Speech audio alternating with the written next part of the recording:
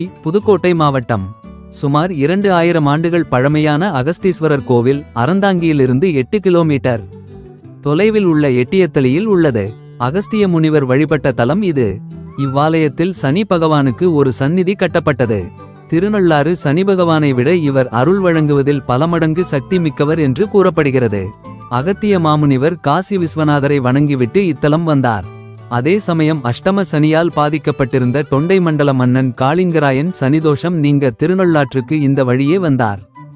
இருவரும் சந்தித்தனர். அஷ்டம சனிக்கு பரிகாரமாக அகஸ்தியர்தான் பூஜித்த அகத்தீஸ்வரருக்கும் அகிலாண்டேஸ்வரிக்கும் அந்த இடத்தில் ஓர் ஆலயம் எழுப்பி வழிபடச் சொன்னார். மேலும் நவகிரகங்களையும் பிரதிஷ்டை செய்யுமாறும் ஈசனின் ஈசான பார்வை சனி பகவான் மீது படும் வண்ணம் அமைக்குமாறும் கூறினார். இத்தலம் சனிதோஷ பரிகாரத்தலமாக திகழ்கிறது.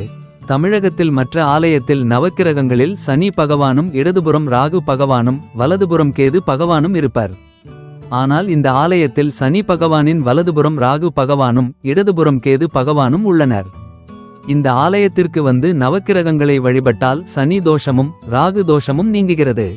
ஜாதகத்தில் களத்திர தோஷம் உள்ளவர்கள் இங்கு வந்து சுவாமியை வழிபட்டால் திருமணம் விரைவில் நடைபெறுகிறது.